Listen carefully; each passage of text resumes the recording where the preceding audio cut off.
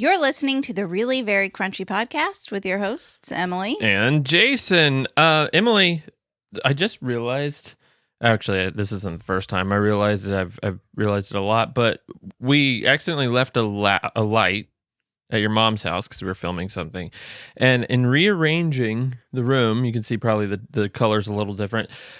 I realized how small of a space this actually is. Yeah, can I actually just say, I don't think people realize the color's different, Jason. I think you're the only one who notices stuff like that. For all of you out there who understand, who clicked on this and thought, wow, their color's a little different. So different. Yeah.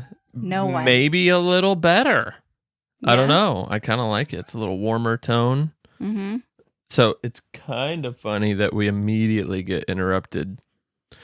Is that a thing for other people out there who are at home with their kids all the time?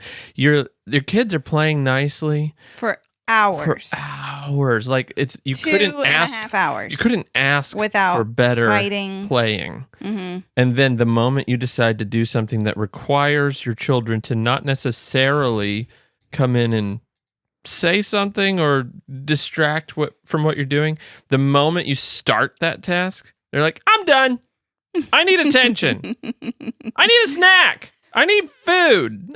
I want all of your undivided attention forever. That's why I've tried to tell you have to set them up for tasks. But this time, I mean, in this case, they were definitely just in the room playing. Yeah, I mean, they didn't even do anything. It's fine. I just hear like they've been playing and they're done. Mm-hmm. Oh, there's a sixth sense there. Mom and dad have something important to do. We should go talk to them. Just to make sure they know where their priorities are in life. We need to go talk to them. Make sure. Just make sure they know.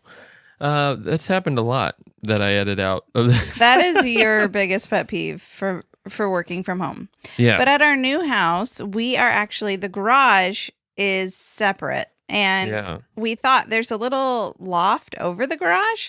And we thought, that'll be the perfect space for Jason. We'll just finish it out. It already has like the structure, obviously.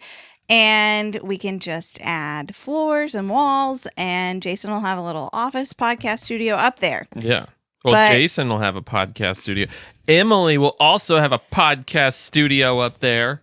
Yeah, but I'm not thinking about the lighting or the coloring or anything like that at all. Our entire audience is thinking about our coloring at the moment.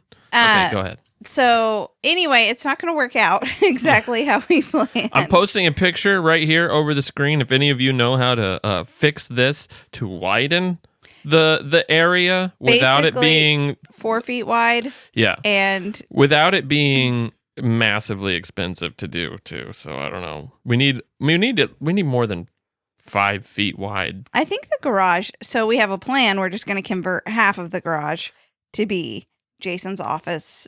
Unless one of you engineers out there just comes up with a simple solution for the... I thought we could just like hammer some beams up, up high, and then it'll just hold it. I just thought maybe we would do something to let the roof cave in. I just thought since we're such engineers and we're good at math and geometry, that we should just put beams up there. It's stucco. That's your answer. It's stucco. It's fine. It'll stay there. It's like, because it's stuck. No, that's stucco. That's not what I was thinking. I was thinking like that's basically mud, right? And people build mud things. What happens when mud dries and doesn't hold its structure? I think it crumbles. Is stucco more like concrete? I don't know. I have no idea. I've never lived in a stucco place. But we're probably in for a lot of surprises. A historically stuccoed home. Nah, it's been there for 100 some odd years. We're not saying the exact years because some of you creeps out there like, I know exactly what your house is. Oh, you mentioned the decade it was in. I found your address. Okay. Well, anyway. Lay off him, Jason. Not to be a weirdo, but stop. I watched you walk around your block last week. I want to tell you about how your step is. Step is? Yeah, I want to tell you about your health. and the way you step. Oh. Because I followed like your gait. And we need to talk about your gait. We should have great gait because we're always having to step over all the junk that's laying around our house. There's no junk in here. When you vary your gait, it strengthens it. We were told that by a chiropractor. Yeah. Remember? Like it's good to have a messy house because your gait is strengthened. Yeah. Yeah. So winning. It works. We're totally winning like all the time. Mm-hmm. Our gate is amazing. Thinking about getting a gate if any more people send us our address, but okay. How do you feel about? Do you feel there's two camps? We're in the middle of the summer, right? There's two camps. And I'm completely switching gears here. Of homeschoolers, okay? There's the camp that's like we're gonna follow the school schedule, and we have a summer break and we're off. And then there's the camp of no, school is. It's happening. It is life. We fall into school is life, but part of that is because wait, hold on. School is life. No. That's not our philosophy at all. Life is school. There you go. Not school is life. Life is school. School is life is public school. Yeah. Life is school is homeschool. I feel so sad. My son, we let them sleep in our room last night because Jason is a softie and they love to sleep in our room. You wouldn't know it looking at me. And Jason, they'll ask all the time, can we sleep in your room? And we had started, only on holidays and whatever. But lately, anytime they ask, Jason's saying yes because he's like, soon there's going to be a baby. And they're not we're going to be, at times, we're going to be forced to say no. So, and I don't have a good enough reason to say no right now. No, grow up. Kid. Anyway, he woke up, saw that I was awake, and climbed up in the bed with me.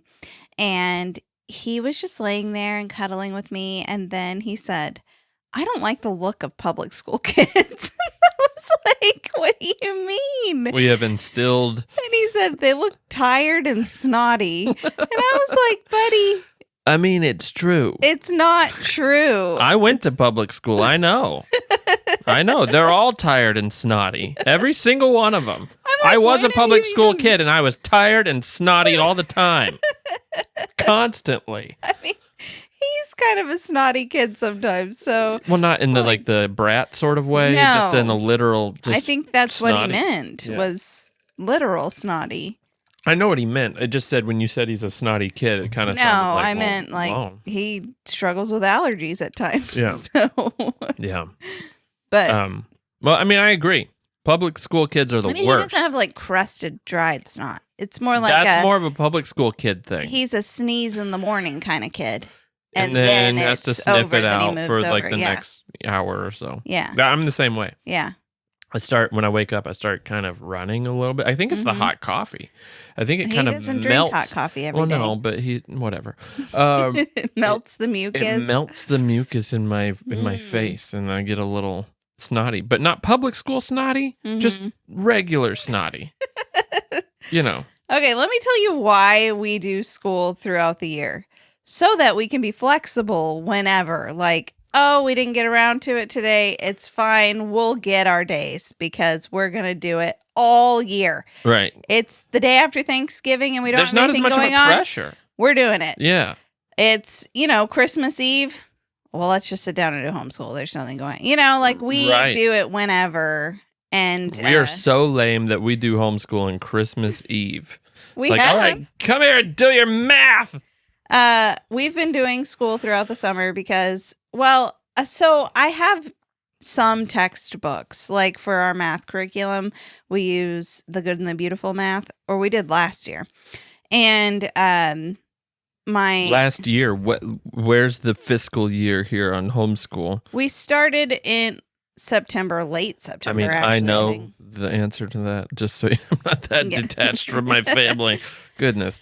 So we are following the school schedule of almost like August or September, sort of. Well, they start early August now, I think. Yeah, they have for a long time. Yeah, that's crazy to me. Yeah. But no, we started like late September. Yeah. And then we really took it slow with Oaks because he was not enjoying it at all, and I wasn't going to put a lot of pressure on him. But then it was like, okay, we're not getting this done, which I sort of feel like, okay, just go at the kid's pace. It's fine, whatever. Who cares about? Yeah. As long as he's, meeting his hours, quote unquote, there's a certain number of hours that you have to meet legally. Then it should be fine wherever he is. But, some days we were really struggling to make it through a whole lesson. So we just did a little bit. Mm-hmm. But now he has really built up his stamina for math, I guess. And he's really enjoying it a lot more. It takes a while. It's like working out. If you're a Morrow and you start out on math, it's like, what the heck is this? I mean, we've been doing math for a while now. I know. I know. 3rd grade math. Well, you don't get ripped overnight. I mean, for a Morrow, it takes a lot longer. Apparently a Simpson, too, because you didn't do too great at math either. So, well, it takes us a while, but he's putting in the reps. I would like to finish this before the next school year. I just thought of a really great program, a new homeschool program. It's fitness meets math. Get ripped in math. It's like CrossFit, but math. I mean, that feels like one of the most natural crossovers. You have to do math. A lot of math in working out. Yeah, if you're running a mile and... Distance is a measurement. Long. Yeah. Miles are measurements. Kilometers. You could convert. Whoa, British working out. Mm-hmm. Yeah, and you can... That's one thing I like about The Good and the Beautiful. You can wear a polo while running. They talk about different people all over the world, and so, like, different little characters. And so wherever they are, like, that's the currency you're learning about. That's the measurement of distance that you use. Imagine if you were in public school. This is the amount of snot that would be on your face. The good and the beautiful. The good and not so. The good. I'm gonna say. Can I just say this though? We're not sponsored by them, so I feel like I could say this. Good and the Beautiful sounds like a soap opera. Dun dun dun dun. The Good and the Beautiful. Today, what will Samantha do when George comes in and finds her doing math? I don't know. Good and the Beautiful. It's a soap opera themed homeschool. I'm really glad that I've never asked Jason's input at all on any of my curriculum choices. I think it was a Bold and the Beautiful was a soap opera. Was it? Yeah, I think so. I never watched soap You were operas. watching Maury. Maury, yeah. You're like, forget the Bold and the Beautiful. I'm watching Maury and a soap Jerry opera Springer. Came on. I'm like, what's going on? You know what those shows are? Those are just white trash soap operas. That's the twaddle of the soap opera world. I love that there's twaddle in every subject. There's reading twaddle. There's soap opera twaddle. Is there math twaddle? Probably your fitness my program that I made. Yeah, it's twaddle. You're right. Okay, go ahead. Sorry. You could teach kids to count by 2s, 5s, 10s, 15s. Yes, there's a lot of counting. And that's pretty much it though. There's weight. You're not doing a lot of complicated math and working out. It's pretty simple. Though. You could, because I read some of these word problems, and it's like... No, word problems are awful. That's a lot of the 3rd grade Good and the Beautiful math. It's a ton of word problems. Really? But Oaks actually seems to like them and get them, and I'm like, who cares if there were 17 dried beans that fell on the floor? I get lost in the story. I'm like, why is this happening, though? Yeah. Like... And why do we care? Why are they driving in that distance? Where are they going? Yeah. What's going on? And then I end up writing a story about it. And it's like, this is wrong, Jason. This is a different class. Yeah. Word problem. No. That's probably why I did so poorly on the ACT. There were a lot of word problems in math. And I didn't, I get lost in the story. It was multiple choice. And I felt you could pick out... in my 6th grade taking. Okay, made the same score that you did. You did great. Your high school. Well, hey, Hey, simmer. I did better than you in the math. Okay. I don't know what you got on your English and stuff like that. Reading comprehension, I've always had a super high reading comprehension because I have to me, I mean, that is something that is interesting to me. People struggle with reading comprehension, but I'm like, you just read it. Like, didn't like that's the easiest thing that there is. You read it, and then you know. It wasn't English, right? It was in English. Yeah. Like, the language you speak was written on the page. I'm sure this is highly offensive for people who struggle with reading comprehension, but they can make fun of us for math. Yeah. I mean, I made a 14. A 14. You did, not me, you. We made a 14 on the math section of the ACT. Yeah. So we can say what we want about reading comprehension people. It's fine. Yeah. Anyway, back to our math curriculum, if anybody cares. The bold and the beautiful. I did decide I was going to switch, and so I bought Math with Confidence because that's what we started with. But then I was like, I don't know. Reading reviews can really mess you up. I was reading reviews on a homeschool forum, and everyone was like, 3rd grade Math with Confidence is the worst. Don't get it. And then, you know, specifically 3rd grade. Like, does 4th grade get better? Well, yeah. And then, like, so 2nd grade was the best. My friend stuck with it, and she's like, we've loved it. And so then I was like, oh, I have fear of missing out. FOMO, totally. FOMO on this math curriculum. Yeah. So I bought the Math with Confidence for Oaks to do the 4th grade. He's in 3rd grade. He will die on this hill that he's going into 3rd grade-ish, you know. Yeah.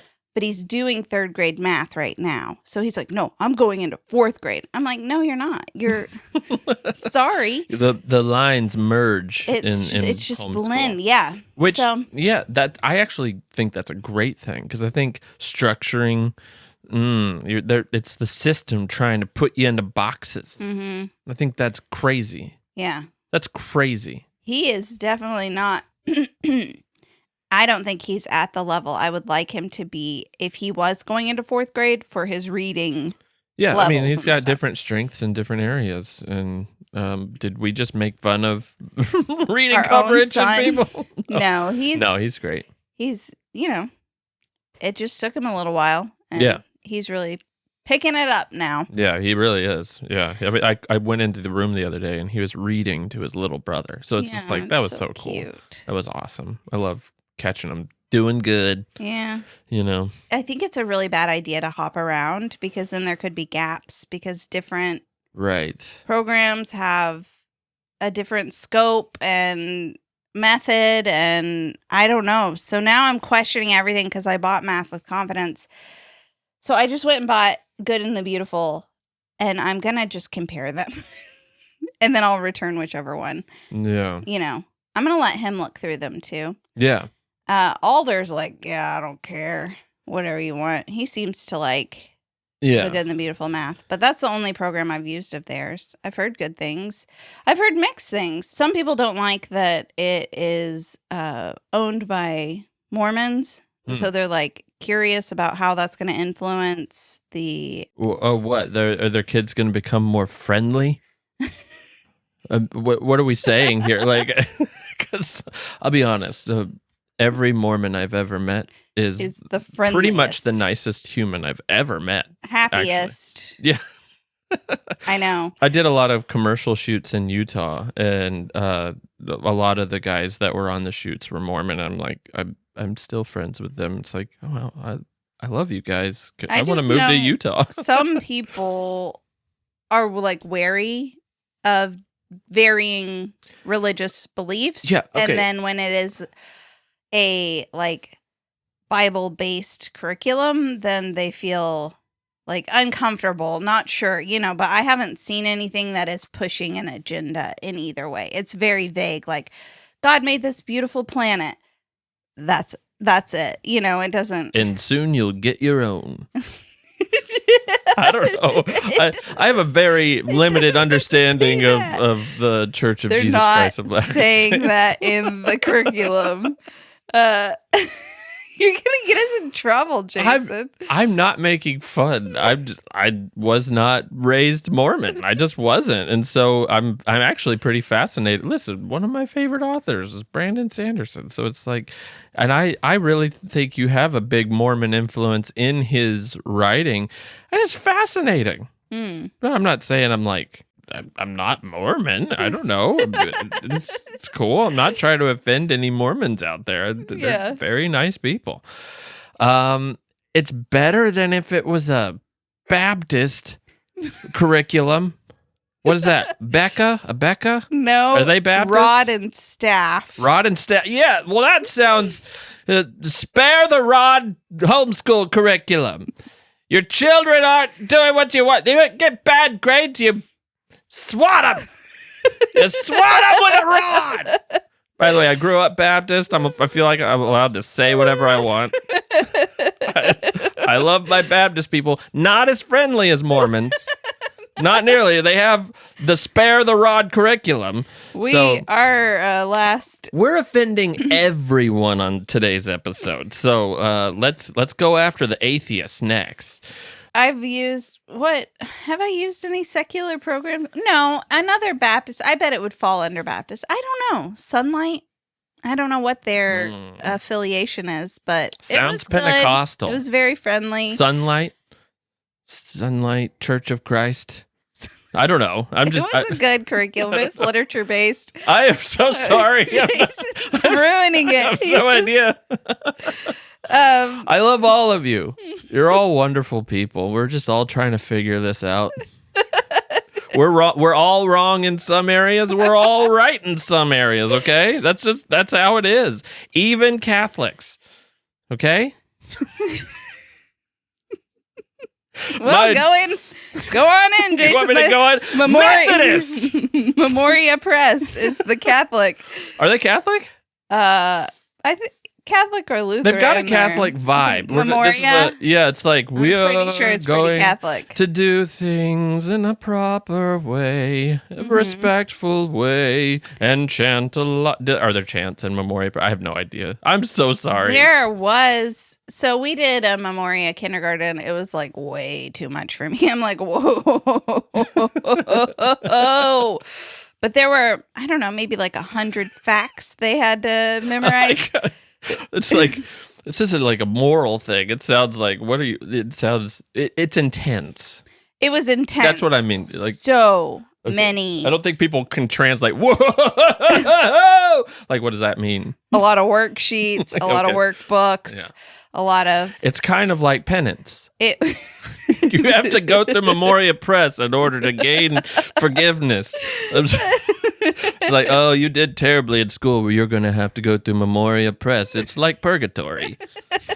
Sorry if you love Memoria Press. We're going after all of you. I'm sorry. So the thing that really did it for me was there were these lists of facts, and the kids list of facts. That's creative. So then it was like, what? You just asked, it was drills, basically. This is the math book of math. Facts book of facts. No, I messed up saying it. Oh, I thought that's what it was called. I thought that's what you were saying. No. A facts book of facts? No, it was just a list of facts. Like, wow, that guy does not do the word problems in the math. No, it was like, how many states are there? How many, okay. I mean. Well, those are things you need to know. Of course, but it just felt very drill-like. And every single day you're supposed to practice these facts. Yeah. And so the kid stands there and you're like, answer these questions. And I was like, meh. Yeah. That wasn't the vibe I was going for. And my kids hated all the worksheets, all of them. So then I was like, yeah, we're just not going to do these worksheets, but then it's like, what am I paying for? Yeah. So did you ever do Bible drills back in the day when you were a kid? So no. We should explain what that is. A Bible drill? Yeah. They're actually doing a Bible drill class at our co-op, and I was kind of hoping my kids would sign up for it because I went to a Bible drill once in elementary school because I was invited to go to my uncle and aunt's Baptist church or something. I was raised Catholic. Yeah. And the Bible drill kids, man, they were on it. I was like, I mean, where's my little, what's the thing that they give out at the Catholic Church that's like has the homily in it and I everything? grew up Baptist. I don't even eat hominy. I just had the little pamphlets, and then like, and I'm sure that's not indicative of all Catholic families, but that's what I was going off of. So when they're like, flip to 1 Corinthians, whatever, I'm like, see, Protestants have an unfair advantage in Bible drills. We have fewer books. You're like, flip to the first Maccabee. I'm like, what? Where is that? Is that the Old Testament or New Testament? I don't even know. Can you imagine going to I'm so confident in my Bible drills, and I'm going to a Catholic VBS. And I'm like, we're doing Bible drills today. Turn to first Maccabee. Just flipping through your last place. Protestants don't stand a chance. But they go to, so actually Catholics have, is it would you have an advantage or a disadvantage? You know more, but your Bible's bigger. Yeah, I don't know. I can't tell you that. I've never went to a Bible drill once in Catholic school. We would get up in front of the church and we would all have our Bibles out in one hand. Were you allowed to have markers on the edge? No, you're not allowed to have a marker. That's cheating. You have to be able to open, like I know Psalms is in the middle, so you got to go from back or forward, okay? And it's like, wait, First Galatians 20 or 2:21. First? Well, that's if you know, you got to know your books of the Bible, right? And so you got to know Psalm is in the middle.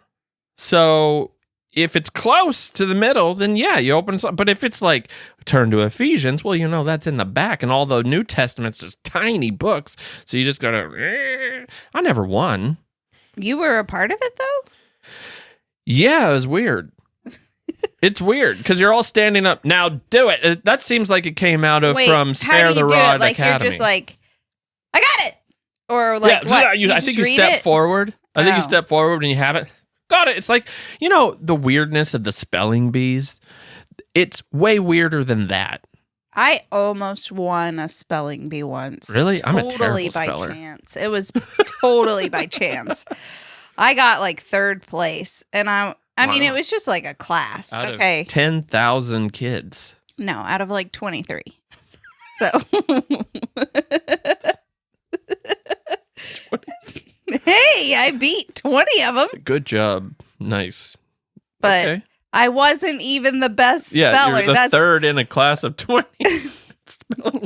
Well, okay, when you say you almost won a spelling bee, it's like I'm thinking one of those conventions where there's like, all right, spell apparatus, and I can't even spell apparatus right now. How many P's does it have? But so congratulations. Thanks. Yeah, on winning third place out of 23 kids. It felt like a pretty big accomplishment then. I mean, I never did it. I definitely was top of my class in swing dance. You took swing dance? Not swing dance, square dance. See? She was taking swing dance. The class was square dance. They're like, let's give her the first place for swing. Square dance. I loved that class.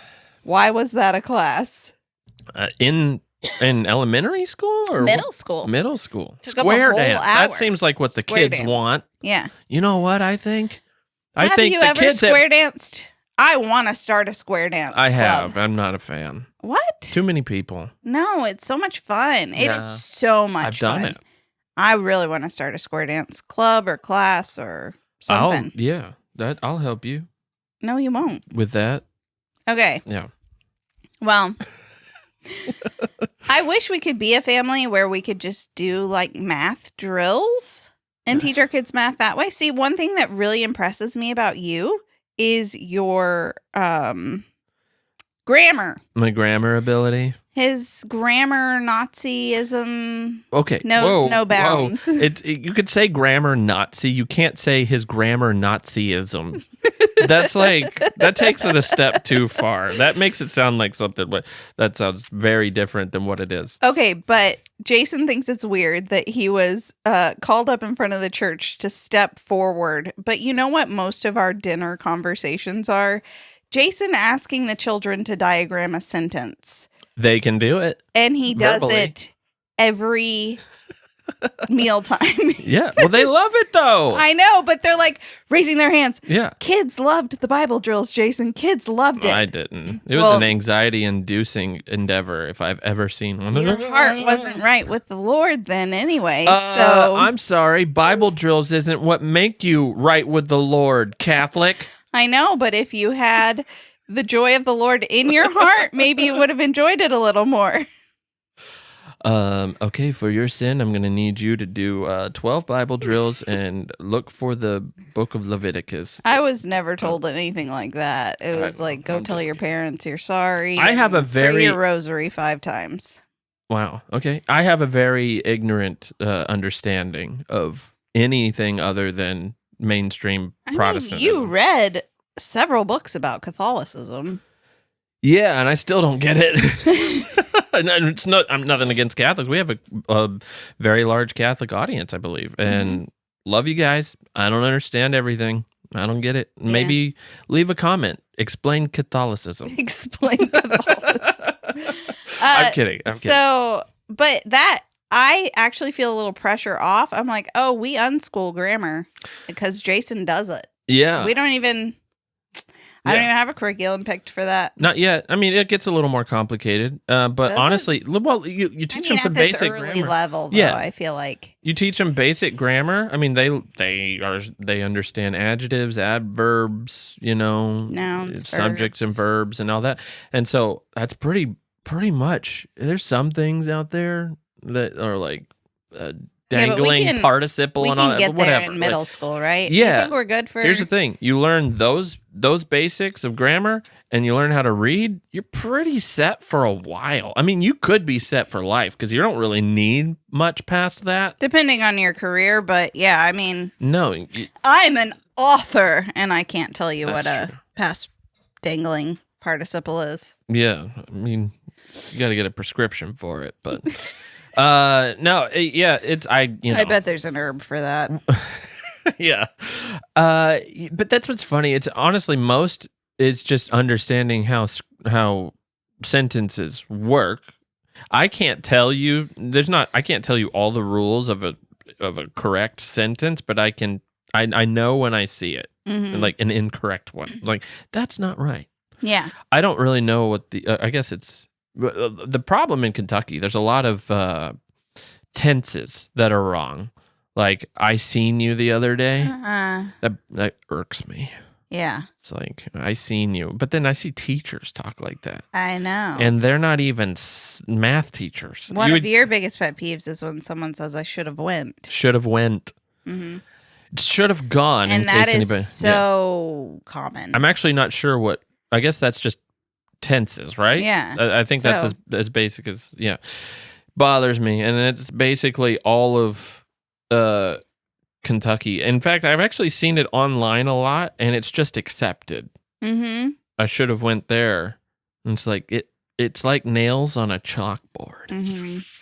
It goes up my spine. If you wanted to actually torture me for information, you would just start using horrible grammar. But I'll tell you anything you want to know. We always correct our kids. I'm not saying they have perfect grammar. With a rod. It's like, you said should have went. Hold out your hands. Yesterday, our son said, I fighted. And I was like, fought. Yeah. And he's like, what did I say? It's actually kind of cute when they do that. It's and then I don't actually look when a little kid does it. To me, it's like, wow, they're actually implementing what they have learned about tenses. Right. They just aren't doing it quite correctly yet. It's actually a good thing that you see them. I fighted. Mm-hmm. It's like, hey, you're understanding what you've learned about the English language. Let's tweak this a little bit. English language. Let's tweak this a little bit. It's not necessarily just correcting. It's you're doing it right. You let's take it a step further. Yeah. Thought. Mm-hmm. Well, that's a different word. And then they just learn it. It's cool. The unschooling is an interesting topic. I think you can really do it right. Yeah. Really. If you're actually dedicating time to teach. A lot of people say, well, kids will just learn alongside you. And yes, but I think there needs to be dedicated time for teaching. And I think it has to be very, very, very intentional. So it's child-led, right? That's the kind of the child-led learning is really the basis of unschooling. Is that correct? Sort of. Yeah. I mean, that is a piece of it, but it's also just through living life. Mm-hmm. So like a lot of people will say, well, my kid will learn math through being an entrepreneur. And I think it can work. Right. But to me, like someone who's not strong in math, then that is going to be hard for me to know if there are gaps or what is important for them to know. Right. Well, it's interesting because, like you say, they'll learn it through being an entrepreneur. So my question is, like, let's take averages as an example. I don't think you automatically, just instinctually or just naturally know that there's such a thing as an average of something. Yeah, you may need it. You like you may feel the need for like, okay, what is common? What's happening over the course of 5 months? Like, what am I making month to month? Well, you got to come up with averages. If you don't know that from a basic standpoint, and I'm not saying you can't unschool that. I'm just saying if you never think to do it until you need it, is it a point where you turn up as 14 and you don't even know averages?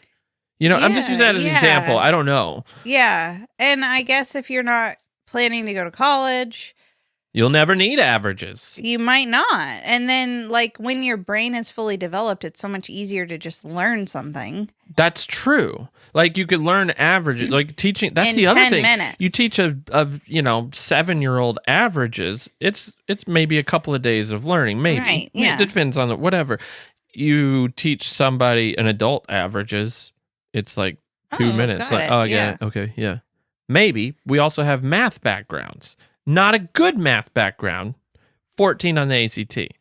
But I did know averages. That's just an example. I don't even know if that's, but like, I don't know. I would assume in unschooling, people are going to correct us. There's going to be unschoolers and be like, Jason, you're an absolute moron. Well, it depends I agree on with who you. You are, because I see people posting in Facebook groups that are about homeschooling, and they're like, so do we have to do the required subjects in unschooling? And it's like a little red flaggy that they're not doing anything. Yeah, but I understand their point though, because I know where they're coming from, because you have the Department of Education that comes up with these are the things the kids need to learn, they're not necessarily right. In Kentucky, they're not necessarily telling you what they have to learn, but they are saying they have to do grammar, reading, writing, math, history. Yeah, it's looser. Science. It's looser here. Yeah. So, and like some states are testing kids to make sure that they are learning those things. So you're not really free to unschool in that state necessarily. Right. Which, I mean, you could if you're doing it very thoroughly. But for instance, like I would see myself naturally, I would think if I'm in charge of homeschooling the kids and I'm unschooling them, naturally I'm skipping algebra. I'm just skipping algebra. I just am. There's no point to it. Except the truth is, it teaches you how to think. It does. It's not about, I'll never use algebra later. It's like, yeah, I don't use algebra. You use algebra I don't use algebra more than you think. I don't use any algebra. Okay. I promise you. But it does teach you how to think. It didn't teach me how to think, but it does teach some people with good brains how to think. Mm-hmm. And I just feel like a lot of people are going to skip stuff like that. People are going to skip a lot of world history. I would say unschooling history can be a pretty tough one. I mean, there's a lot of reading, obviously, but like if they're not interested, travel would be a very easy way. If you can afford to travel's expensive. It's crazy expensive. Yeah, it'd be great to take your kids to Italy and learn about Rome and things, but like that's not viable for most people. Yeah. And I'm excited about our history program this year. Yeah. I'm trying out Beautiful Feet books. That's a different kind of soap opera. I'm just kidding. Yeah, it's wonderful.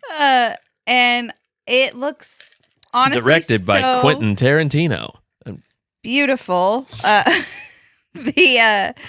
So it's sort of like a 5 in a row type learning. It's most of the lessons are through living books, which are books that inspire learning, like kind of inspire rabbit holes and open your thoughts to ask questions about other topics within the book. And anyway, the books look so fun. And the thing I do like about it, I've done 5 in a row, love 5 in a row, would totally recommend it. But it can be a little overwhelming, and it seems like a lot to gather and a lot for you to plan. And Beautiful Feet books seems a little more laid out and organized and structured. Love laid out and organized and structured. Love that. With whimsy still allowed. No rods included. I don't think. I am a big fan of open-endedness. Structured whimsy. Structured whimsy. There you go. Yes. Yeah, that's cool. Yeah. It kind of marries the curriculum-based learning with the unschooling type of... It's a very healthy middle. Yeah. Yeah. Now, we're not saying unschooling's bad. I'm just... Because it can be done right. It can be done wrong. Regular curriculum-based stuff can be done wrong. Yeah, totally. It's all dependent on the family. We're not experts in any way at all. I mean, we are. I'm an expert on Bible drills. But I'm using their early American history. Yeah. Last year I tried to do master books, early American history, and I think it was a little over our kids. It said 3rd to 6th grade. That's a pretty big gap. Well, that's a big brain gap, though. A lot of people like that so that you can do it as a family. That's one thing that I love about Beautiful Feet books or 5 in a row or those types of things is you're not using covers a big multiple textbooks. You're just all learning at the same time. Yeah. I guess it's less about the ability to comprehend what's being said and more about what is being taught. Yeah. But Beautiful Feet books uses really good picture books, storybooks. Yeah. So it's not going to be great for a 6th grader unless... Do they have older kids? Yeah. Okay, yeah. Oh, yeah. They have like 4th to 6th grade. Yeah, no, they cover all the grades, I think, through middle school. I don't know. I haven't looked at their older stuff, so they might go through high school. Well, they have like a building character. Yeah, we got section, that. The teaching character. Yeah. It's like extra. Yeah. What are those called? I still have pregnancy extracurricular. brain. Is that what it is? Elective. Yeah. So we're teaching. We haven't character. been in school in a while. I'm really looking forward to that because I feel like we could all use a little character development in this home. Excuse me. I feel like my character is I'm impeccable. going to call you down when we're unimpeachable. reading. Hey, Jason, come listen to this book. I can use it too. I'm bringing the rod just in case. And then we're also using I'm like heavy on Beautiful Feet books this year, which I just love trying out different things. We're using their Seasons Afield, which is they use Brambly Hedge. Oh. Whoa. Yeah. Whoa. In like the whole... That's fun. Throughout the whole thing, yeah. That's awesome. That sparks joy for me. Yeah. Which in turn will spark joy for the boys. I mean, our kids love that. Yeah. Yeah. That's awesome. But then they have also, other read-alongs in there. And they have watercolor cards and field note cards. It's very beautiful. Yes, it's so joy-inducing. And that's so important in homeschooling. Yeah, that's the Having beauty. joy as a teacher. Yes. Teaching from something that sparks joy for you goes so far for the in kids. Teaching your children. Mm-hmm. I agree. Because otherwise, if it's drudgery for you, it's drudgery for them. Yeah. And it's important. Like, listen, if you like Memoria Press, go for it. If it sparks joy for you, I can't say that's going to spark joy for the kids. Well, it might for some kids. There are types of kids. Nerds. There are kids that it really works for. Let's throw rocks at the dork. What? I'm sorry. I just have this vision of a Memoria Press child. He's very smart, but he doesn't have many friends. And he starts billion-dollar companies. Or becomes a scholar and dies with no friends.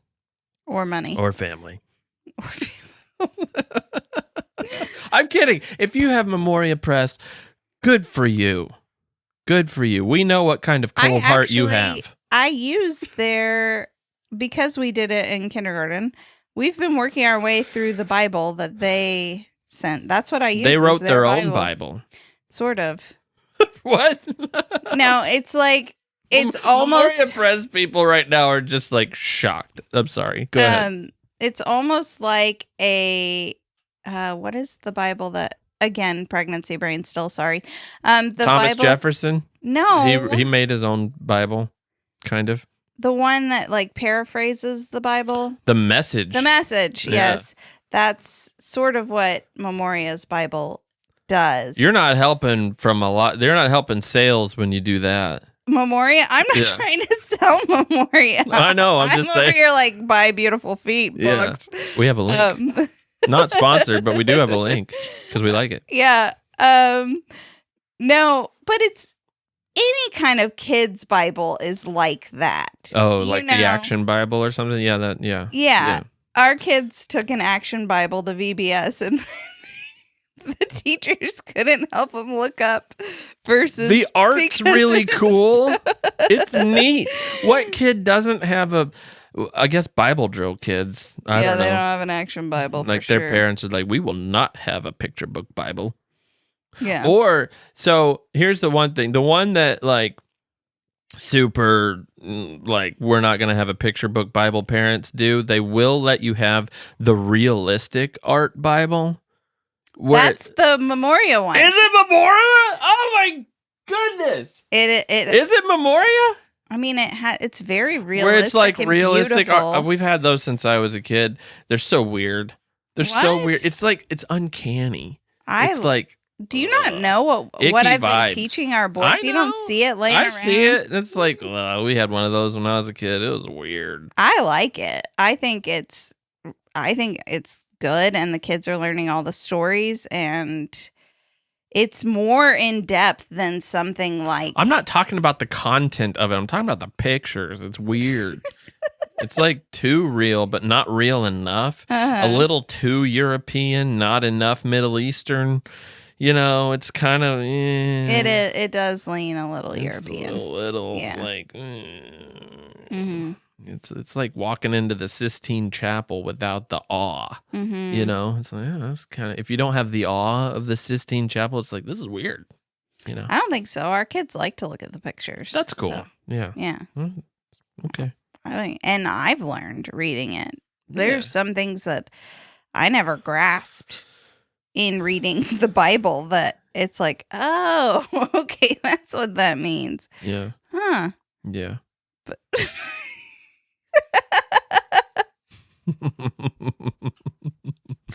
all right. Sounds good. No, it's great. That's great. Thanks. You should try the Action Bible. See what you get out of that. First, that's what Samson looked like. No, first I need to start with what's the really little kid one that I know okay, everyone had it. Super elementary the illustrations. King James version. No. KJV. That's what I had as a child. I've seen your little Bible of this that I'm talking about. Yeah, I know. It's ripped up. I think I spelled my own name wrong. Did you? I think so. Yeah.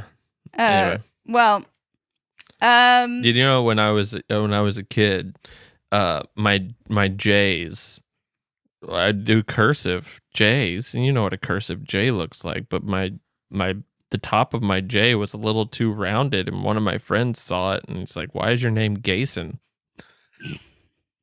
And so he called me Gayson for a long time. Interesting. And I don't even get that because so I left that school. If it's wait, you go like that with your J? I go like that. It's definitely you start here and then you loop around this way. A capital J. Like yeah. We're looking. Yeah. Yeah. Well, if you shorten the J and it just turns into a lowercase g. Oh. Yeah. Okay, I see what you mean. Yeah. Thanks, Brent, for calling me that my whole 5th grade year. I still don't really see where he got that, so I wouldn't. But our 8-year-old is very interested in cursive. Some people start with cursive and don't teach print. Oh, I see it.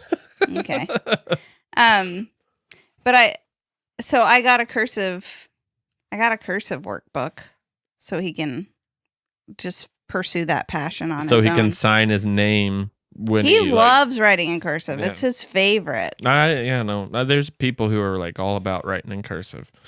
That's cool. It feels like it probably feels it's so you can read the founding documents. It's like, okay, I've heard that argument. And it's like, okay, really? Yes. And it's like all of our founding documents were written in cursive. Like, if you can read the founding documents, even if you know cursive, bully for you, because I can't read it. It's so beautifully loopy and it's too much. Can't see it. Pretty sure you can get any founding document nowadays in print.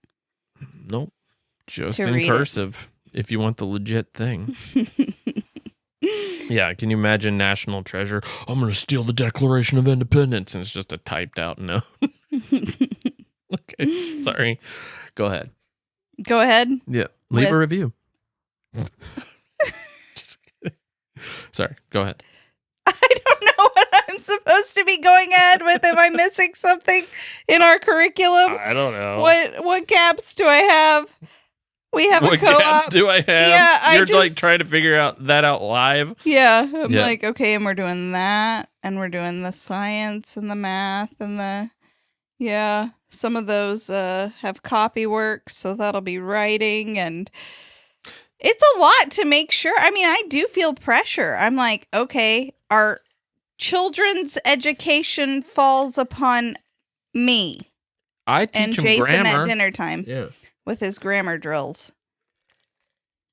I mean, you don't want me teaching them math drills. Well, home educated tip. I'm going to take the ice out. So I'm not.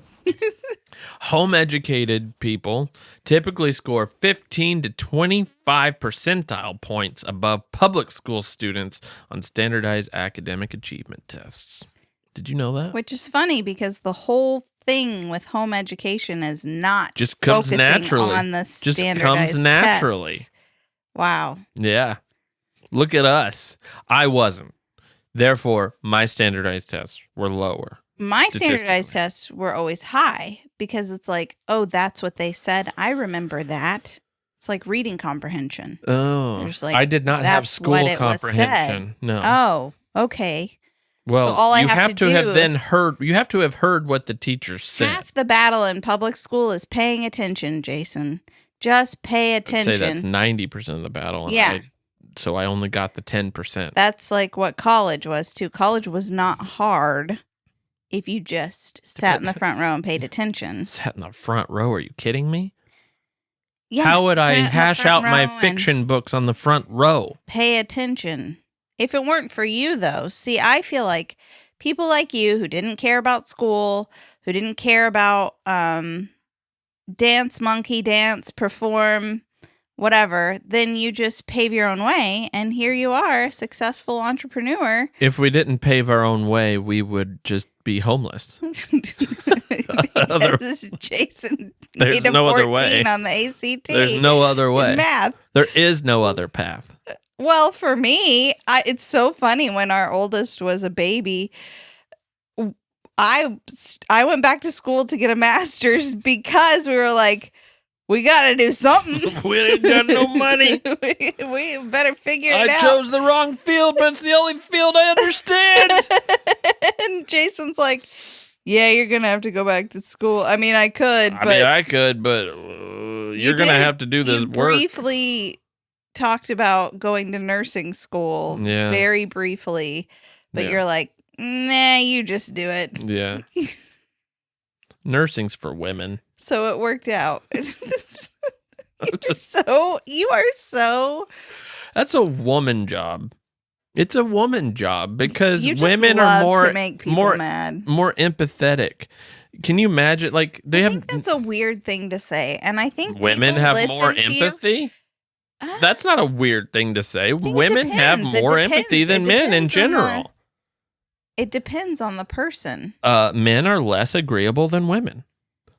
Do you think? Yes. I've met some very agreeable men. You know what they're called? Wimps. All right. Unless you leave a review. Using limes for deodorant and... I don't use the limes. That's you. I'm just allergic to the baking soda and all other deodorants, and so I get a rash, and so I have to wear women's deodorant. Natural. It is natural. Yeah. I think you make people think that you're less agreeable than you actually are. Because apparently it's kind of a big thing that guys don't want to be crunchy. Like they don't want to do the stuff that their wives are asking them to do. And you never really fought me on it much. No, but you know, some you guys out there. There's the other thing. No, you don't. To be a man, that does not mean you have to. I'm just saying naturally, men aren't necessarily as agreeable or as empathetic as women. That's all I was saying. That said, if your woman is wanting to be a little more crunchy, be a little more crunchy. Get over it. Give up some of your garbage stuff. Just do it. That's being a wimp, not like agreeing with your wife on some of this stuff just because you don't like it. It takes me out of my comfort zone. Oh no. Get over it. Just try it. It's fine. Get over yourself. Unless you write a review. And you then you can do whatever you want. Because you're a real man.